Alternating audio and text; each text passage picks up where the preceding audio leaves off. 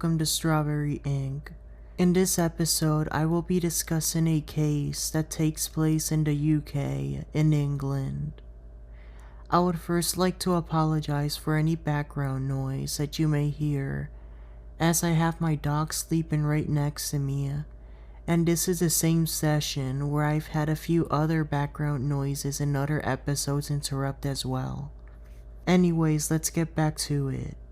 Cameron Finnigan's case has become a focal point in discussions about youth radicalization and extremist ideologies. While this case does not involve homicides, the harm caused by his actions was widespread. His affiliation with violent extremist groups, including his disturbing involvement in satanic cults, and the activities that followed, made headlines. The investigation revealed shocking details about his online communications and the planning of violent acts. Cameron Finnigan was a young man with a growing connection to extremist beliefs and violent groups. Notably, his involvement in satanic cults raised alarms for both law enforcement and mental health experts. His extremist views were not only fueled by physical encounters with like-minded individuals, but also through online platforms. One of the key aspects of the investigation was the analysis of Telegram chats, where Finnigan regularly communicated with members of these groups, which were filled with extremist rhetoric, glorified violence, and hatred.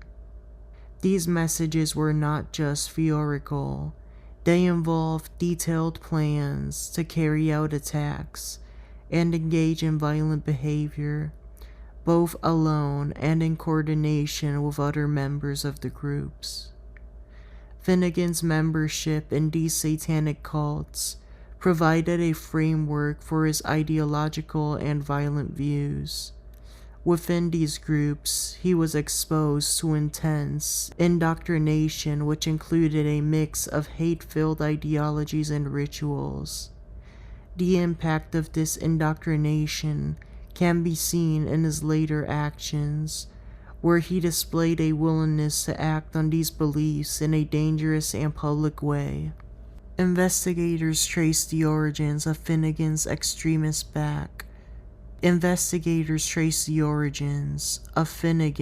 extremism back to these online and offline connections, revealing the extent to which he was involved in plotting violent crimes.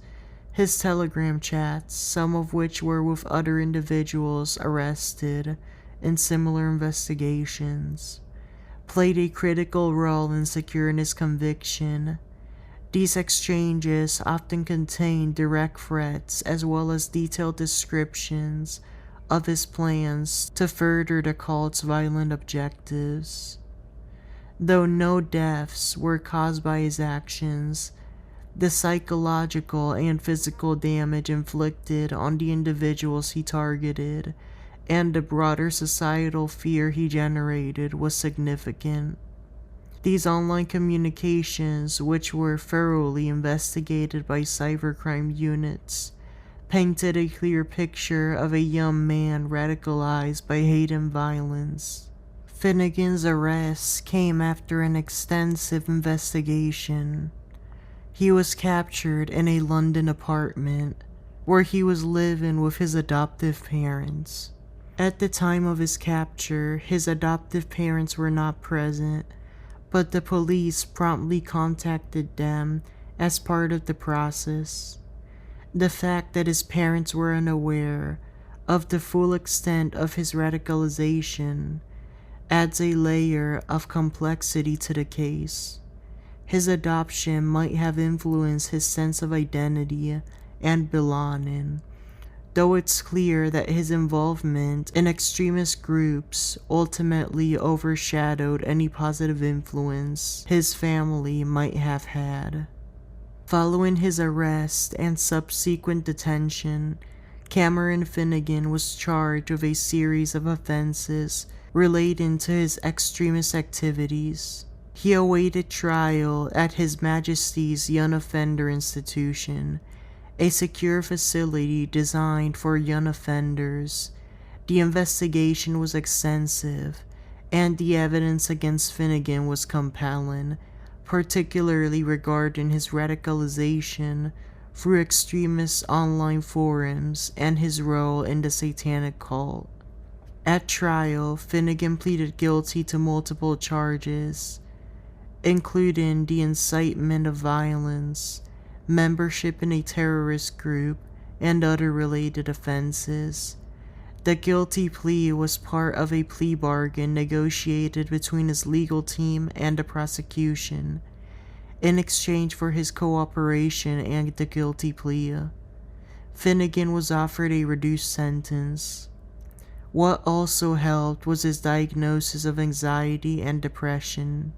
This strategy is sometimes used in the UK to expedite cases, avoid lengthy trials, and encourage defendants to acknowledge their crimes. In the sentencing, Finnigan was addressed by Justice J, who acknowledged the seriousness of the offenses and the dangerous potential of his radical beliefs. Despite the plea bargain, Justice J made it clear that the gravity of Finnigan's actions warranted a substantial sentence, as the young man had been deeply involved in inciting violence through extremist groups, which could have led to deadly consequences. Cameron Finnigan was sentenced to 9 years in prison and is now serving time at Feltham Youth Prison, a facility known for housing young offenders aged 15 to 21. Given the violent nature of his crimes and his involvement in extremist activities, he remains under strict surveillance while in custody. However, after completing 6 years of his sentence, he may continue serving the remainder of his sentence at a therapeutic community for prisoners, known as Dovegate. Finnigan's case highlights the devastating potential of online radicalization, particularly among young, vulnerable people. While he did not cause any fatalities, his membership in satanic cults and his involvement in planning violent attacks were deeply concerning.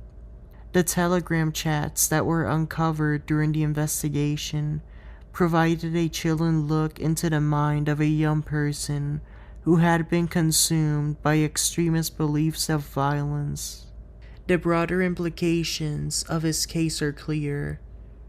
Extremism, whether religious, political, or ideological, can be an incredibly dangerous influence on young minds. Finnigan's story underscores the importance of early intervention programs, online monitoring, and societal efforts to prevent radicalization before it leads to tragic consequences. I thank you so much for listening to this episode of Strawberry Ink.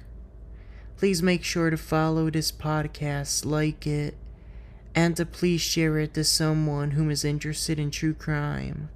Till next time, goodbye.